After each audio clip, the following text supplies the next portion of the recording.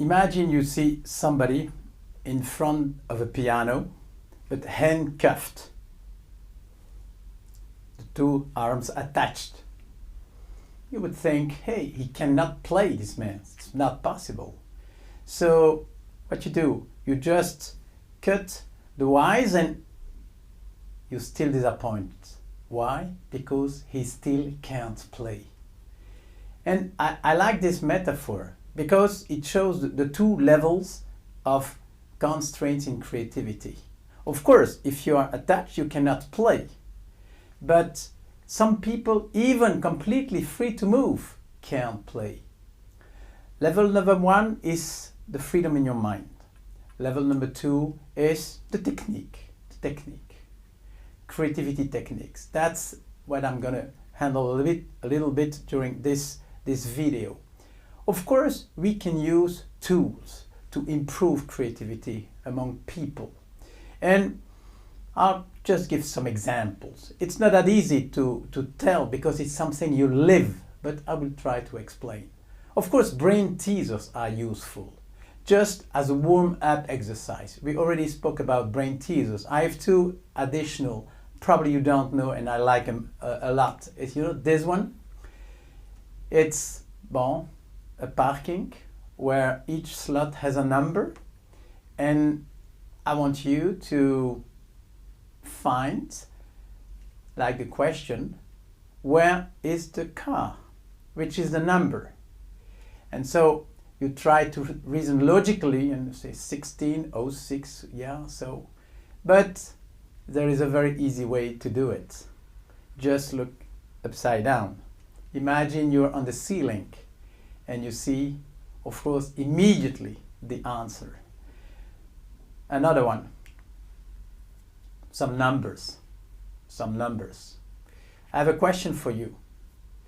Which number is a bit odd? Which number is a bit from a different category? I would recommend the 2. Okay, this is a brain teaser, exactly what it is. It surprises a little bit, but it's good to start a creativity session. You also can have brain teasers customized. So it's not exactly the brainstorm, but it's a way to create some atmosphere customized. I'll give you an example. I work for an oil company, a big one, and I had this exercise. I asked people, imagine that oil was discovered before coal. In reality, coal was discovered early 19th century and oil late 19th century. That's how it happened. But I ask people, imagine the opposite. Oil discovered first. How would be the world today? In the first reaction, there was few reactions, in fact. And slowly, people tend to realize what a big difference could be. And I remember one thing, for example, with oil, you cannot build a small engine. With oil, you can. So maybe if oil was discovered first, car would have come before the train. And maybe today we won't have any train, nowhere in the world, etc., etc. Just warm-up exercise. But in this case, it's customized. Another one which is very easy is this one. So we all think we belong to a world which will not disappear. But try this one. Imagine your company doesn't exist anymore in 2020. Tell me why and how. This is a warm-up exercise. And of course, it's good to start a brainstorm. Then you have to enter the problem. And you can use creativity techniques. You have tons of books on creativity techniques. And in the end, the best technique is the one you like, you're good with. Because there is no absolute way to recommend this method or this method. I like analogies. I use it a lot. And for example, I was working for a company which manufactures jogging shoes. And I took this analogy. Imagine you are a jogging shoe. You are. What would you like to tell the person who runs? Imagine you are a shoe. You want to tell something. And this was the origin of lots of ideas. And you can have many, many, many more.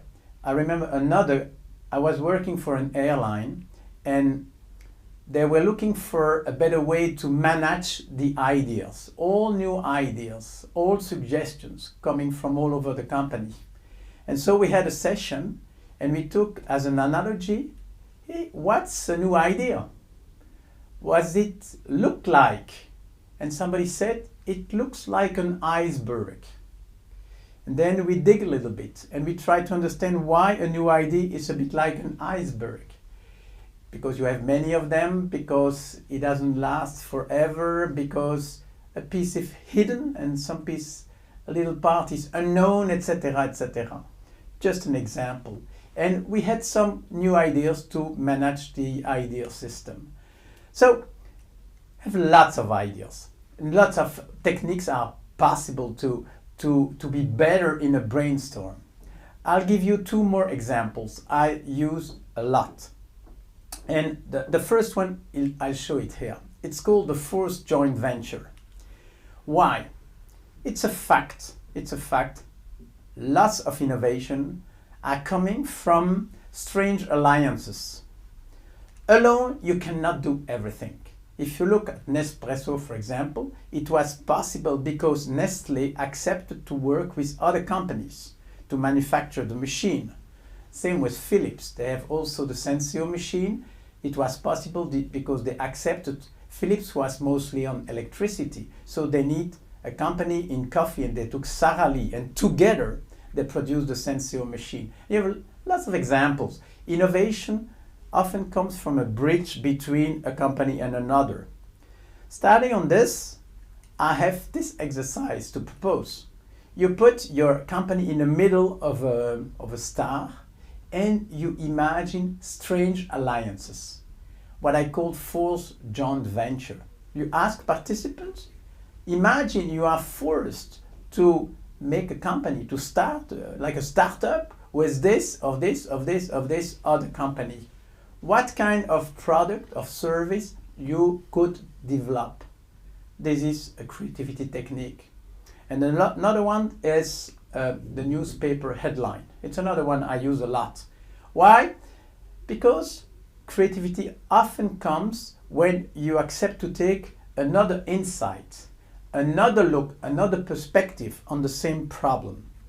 So you can do this. Imagine you are running a problem somewhere in a company. You can ask, okay, imagine you make the headline 5 years from now.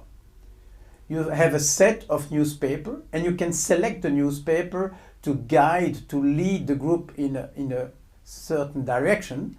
And you ask people, okay, take this newspaper and imagine in 2020 you make the headline with your company. Why? Why? It forces people to look at the problem for another perspective. And since you can select the newspaper you can offer participants, it's a way for you to run the brainstorm.